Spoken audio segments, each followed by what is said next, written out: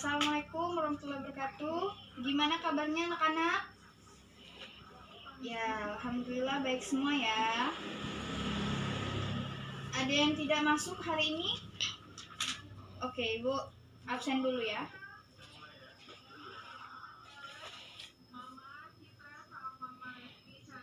Ya, hari ini masuk semua ya. Oke, sebelum kita mulai pelajaran hari ini, alangkah baiknya kita berdoa dulu. Silakan ketua kelas memimpin doa.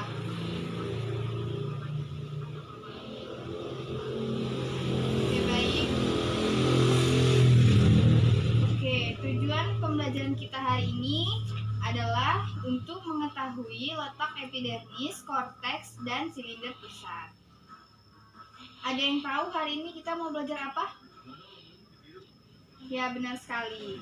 Kita hari ini akan belajar tentang jaringan tumbuhan. Nah, Ibu mau tanya, siapa yang tahu fungsi dari jaringan yang terdapat pada akar tumbuhan? Ya, silakan dijawab yang belakang.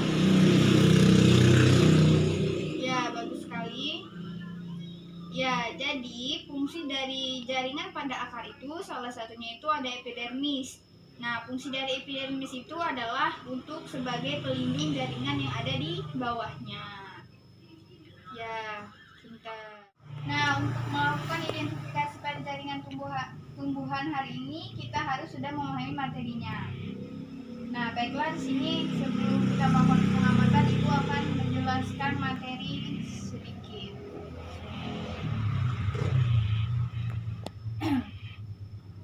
Pengertian dari jaringan tumbuhan itu, jaringan adalah sekumpulan sel yang mempunyai struktur dan fungsi yang sama dan terikat oleh bahan-bahan antar sel membentuk satu kesatuan.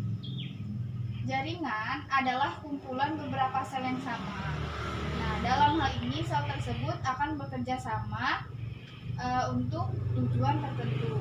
Jaringan pada tumbuhan itu terbagi menjadi dua ya, ada yang bersifat meristematis dan ada yang bersifat permanen. Nah, macam-macam jaringan ini ada 5.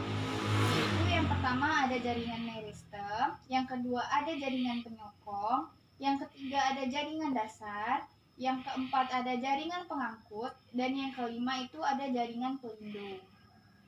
Nah, sampai di sini ada yang ingin ditanyakan? Oke, paham semua ya. Nah, selanjutnya kita akan melakukan pengamatan tentang jaringan tumbuhan ya. Silakan kalian membagi kelompok menjadi 3 kelompok. Satu kelompoknya terdiri dari 4 sampai 5 siswa ya. Ya, sudah. Silakan duduk per kelompok masing-masing. Silakan perwakilan kelompok untuk mengambil LKS-nya. Ya, terima kasih. Nah, gimana bahan-bahan sudah cukup? Apakah ada yang tidak membawa bahan-bahan? Baiklah, sudah bawa semua ya. Di sini Ibu akan jelaskan bagaimana langkah-langkah dalam melakukan pengamatan. Yang pertama, kalian ambillah mikroskop. Lalu kalian tentukan fokus cahayanya. Kemudian gunakan perbesaran lemah terlebih dahulu ya. Kemudian letakkan preparat awetan kalian itu di atas meja benda. Kemudian kalian amati. Nah, gunakan skrup kasar terlebih dahulu dengan perbesaran lemah untuk mencari fokus benda. Kalau udah itu, gantilah dengan perbesaran kuat dengan memutar revolver pada mikroskop. Nah, selanjutnya itu gunakan skrup halus untuk mencari fokus bayangannya. Lalu kalian di kelompok itu ada yang mengamatinya dan ada juga sebagian yang menggambarnya ya, menggambarkan hasil yang kalian dapat tadi. Kemudian kalau udah melakukan satu pengamatan, silakan tukar untuk melakukan pengamatan awetan yang lain kepada kelompok yang lain. Diskusikan ya hasil pengamatan itu dengan kelompok masing-masing. Kemudian nanti akan Ibu tunjuk untuk mempresentasikan hasil pengamatannya.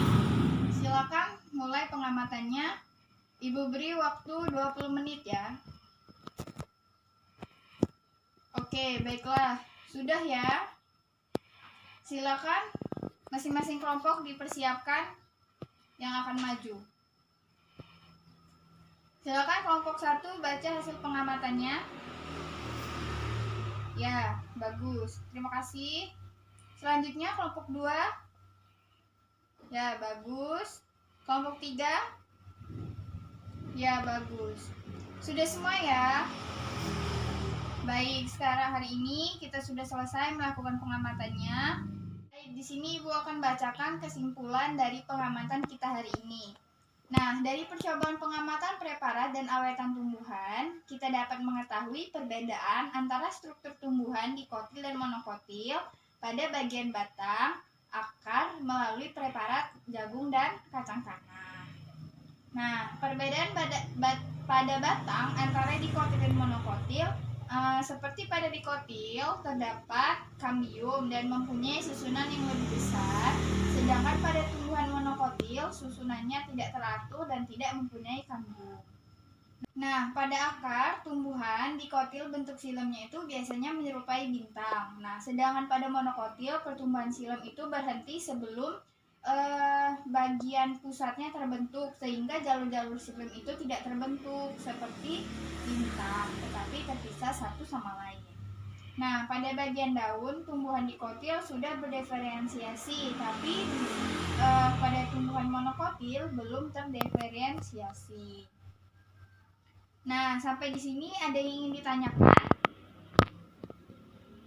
Paham semua ya?